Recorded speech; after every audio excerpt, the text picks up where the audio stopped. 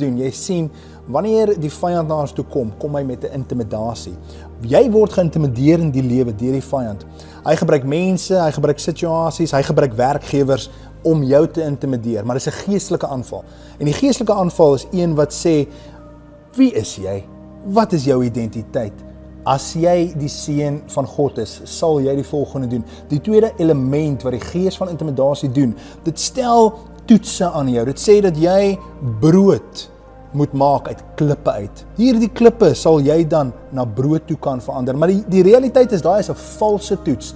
Die gees van intimidasie wil jou laat verstaan en oortuig dat jou destiny nie in die Here se hand is nie, maar in hierdie persoon, situasie, werkgewer of salaris is.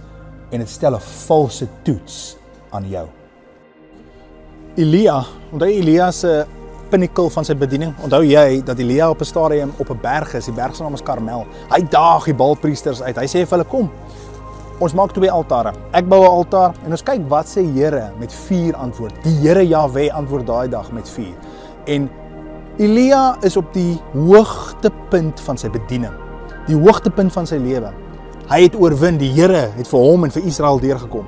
Net daarna kry hy 'n briefie, geskryf deur 'n vrou, Jezebel, wat hom so skrik, wat hom so bang maak dat hy in die woestyn invlug. Hy beland onder 'n bos en hy sê, Here, U kan maar my lewe neem. Hoe op aarde het ons gegaan van die hoogste punt ooit na die laagste punt? Hoe op aarde was hy nou net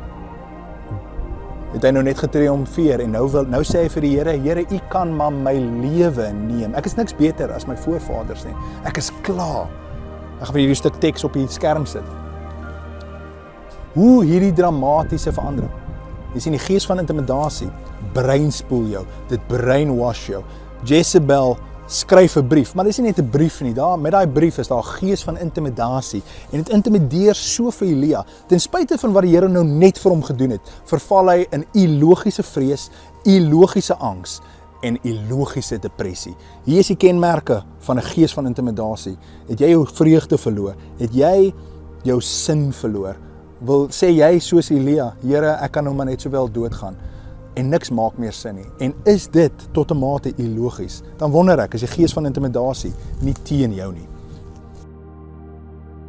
Hoe weerstaan jy die gees van intimidasie? Jy weerstaan dit nie deur logiese denke nie. Jy weerstaan dit nie deur argumente nie. Dis 'n geestelike realiteit. Geestelike realiteit teen jou identiteit en jou destiny. Dit sê dat jou destiny in hierdie persoon se hand is, in hierdie ding se hand is. Dis vals. Herinner jou hart dat jou future, jou destiny, jou identiteit gesete is saam met